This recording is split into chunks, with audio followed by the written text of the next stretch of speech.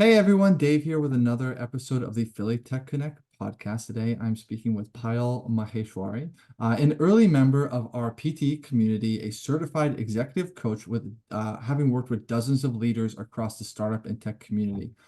Prior to doing coaching consulting, Payal led people and culture at an autonomous vehicle startup in the Bay Area. She served as a key advisor, a coach, and has worked with organizations as few as 30 people, as many as 75,000. And always focusing on exploring the question of what does it mean to create environments, cultures, and spaces to allow employees to bring their full selves to work and essentially, perform at a high level. So, very happy to talk with you, Pyle, today. How are you doing? Awesome. Yeah, I'm super excited.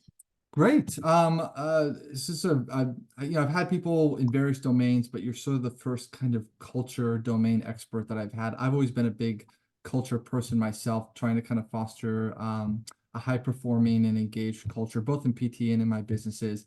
Let's start by talking about executive coaching.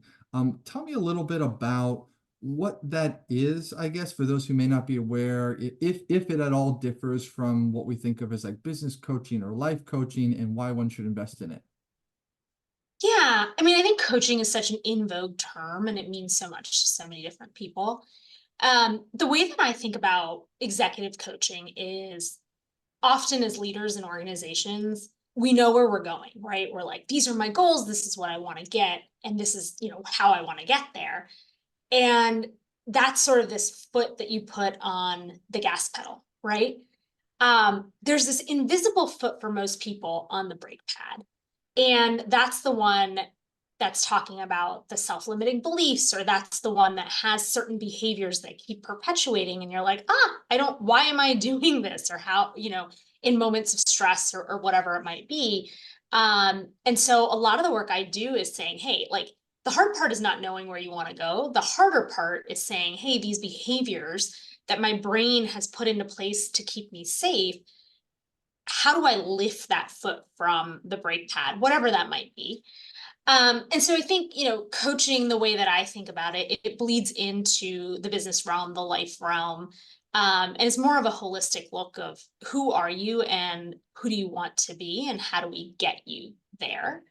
And so I coach people across a wide spectrum of problems and thoughts. And, um, I think at the end of the day, the best way to summarize coaching is helping you unlock the best version of yourself. Yeah, I like that as a sort of an easy way to kind of think about it. So it's certainly not, at least in your case, not exclusive to people, talent, culture, etc. When we talk about coaching, it's a wider domain of issues that people need help with. But the fact that it's executive, is it fair to say is typically geared towards somebody who is at an executive level in their career, or maybe like a business owner or something like that? Is that still the right kind of avatar to be talking about in your case? That's a great question. I think the thing about coaching is it's hard to scale. It is me sitting here with you for an hour talking through things. And so often the price point can be a little bit high. And I think it's important for like the PT community in general to learn about this stuff. Because you'll find coaches at a wide range of price points and things like that. And so I say that to say executive coaching, coaching is, I think, super, super important. I have gone to therapy and self-help groups and all of these other ways to become the best leader that I can be in the workplace. And it really wasn't until I met a coach that just helped me unlock so much more of my leadership potential.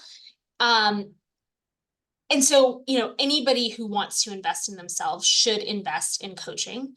Now, there's many formats to that. There's many price points. There's many types of coaches, which is why I think one of the things that I've always said to anyone in PTE is if you want one spot coaching session, I will 100% give that to help the Philly tech ecosystem.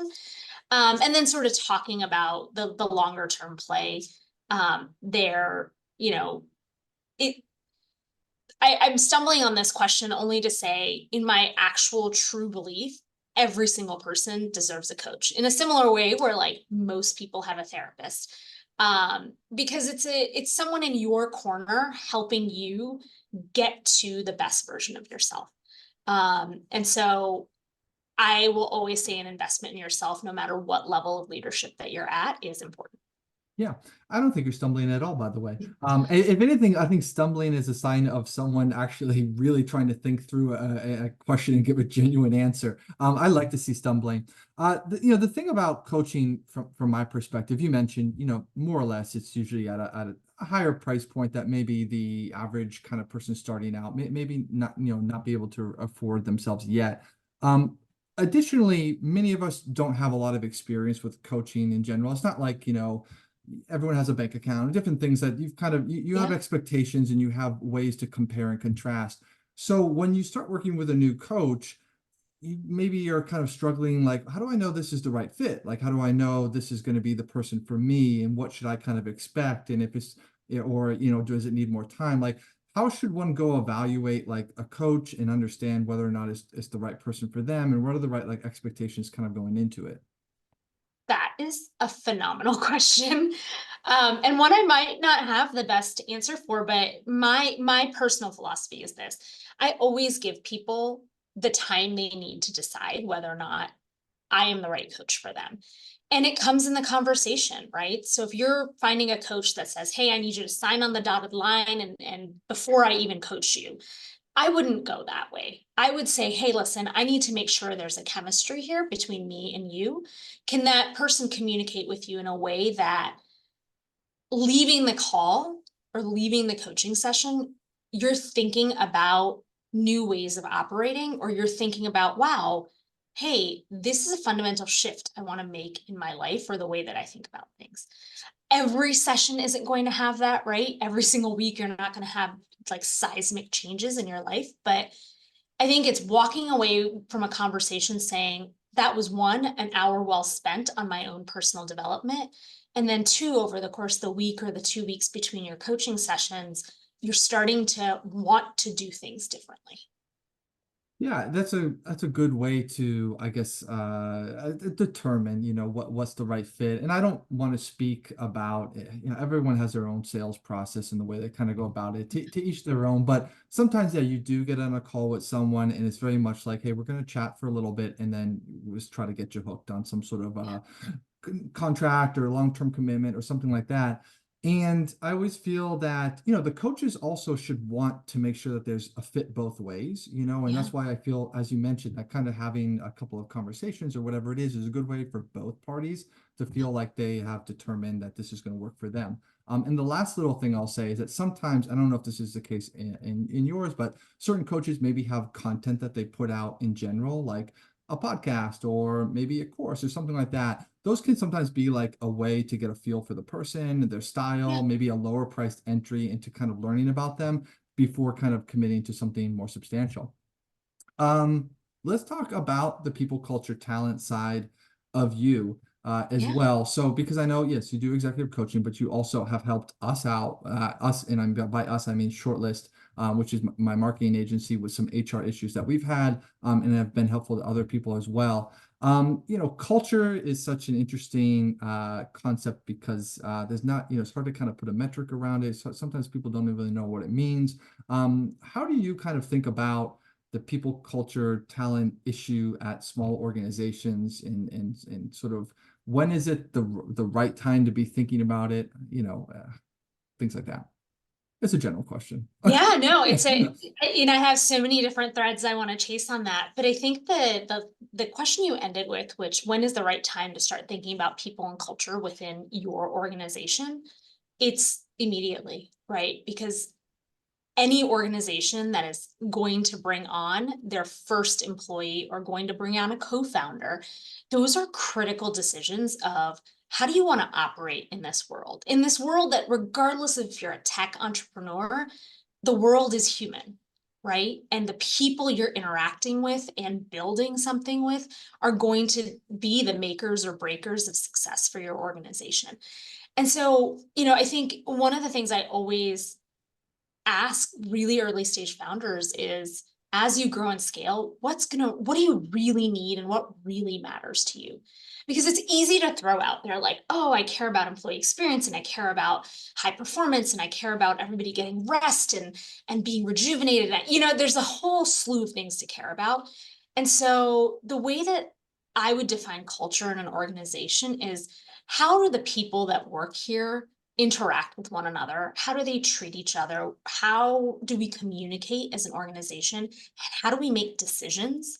And how do we ensure that when we have trade-offs, we're being really clear about why and how we're making those trade-offs?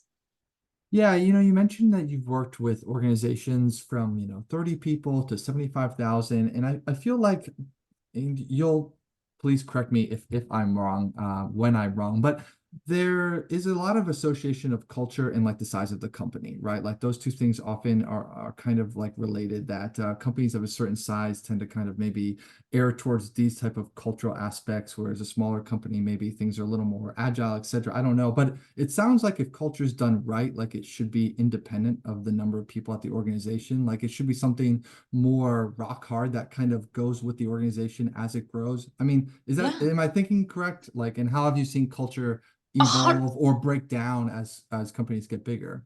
Yeah, I mean, I think 100% what you just said. It doesn't matter the size of the organization. You working with one other person, there's a culture there, right? There's an operating model that you're working and a construct you're working within.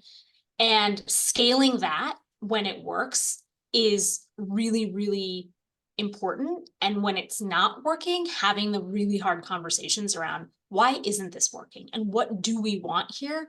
So that when you do scale, you don't have factions within an organization, right?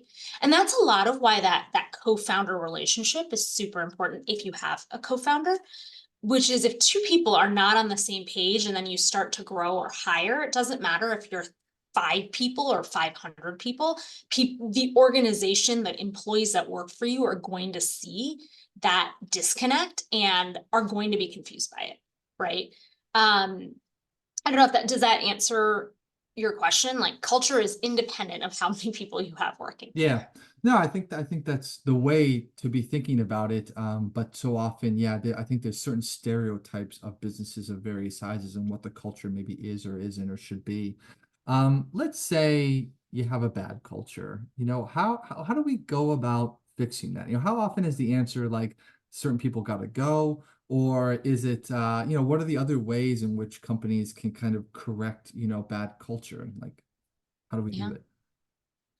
I think the first question is like, how did we get to this culture, right? Figuring out the root cause of what happened to get us there. Because I don't think people inherently, like leaders or founders, go into organizations being like, yeah, I'm going to build a bad culture. Like that sort of doesn't happen. And so is it a byproduct? Like what is a bad culture a byproduct of? Is it a byproduct, bad byproduct of lack of prioritization, lack of good decision making, lack of transparency? Like, where is it that things are breaking down? Or is it, not as much rigor in the hiring process? And so the first thing that I do in organizations or in situations like that, as sort of an external party, is get to the bottom of that answer, which means talking to people, really understanding like, what are the things they're not saying out loud. If you're at an organization and you're trying to figure this out for yourself as a leader, um, I would ask those questions to say, hey, and with vulnerability of like, I'm noticing that there are some behaviors that our organization has adopted over time that actually aren't the intention of the way that I want people to work here.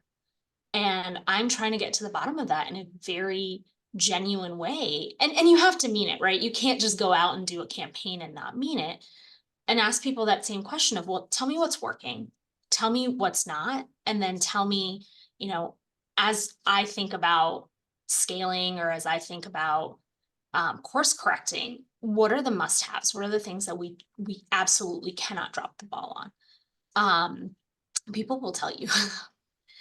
And it's a matter of, can you actually listen and interpret that in a neutral way? Because very often, well, I won't say very often, I will say 100% of the time, culture is set at the top. And so I'm always apprehensive in organizations where they're like, oh, yeah, the people and culture team handles handles that, or that the HR team handles that, because that's not true, right?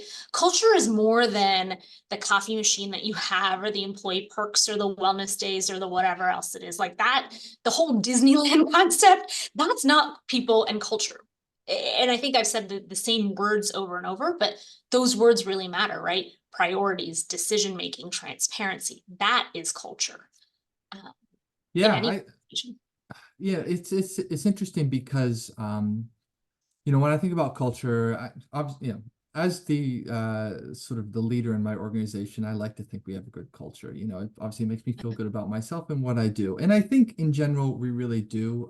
But there is so much more to culture that isn't like the obvious kind of like, well, people aren't mean to each other, or they're not like condescending. Like there's, one thing I've noticed, for example, that shortlist is, people in general are on the quieter side. They're more quieter about maybe voicing opinions or jumping into a conversation or things like that.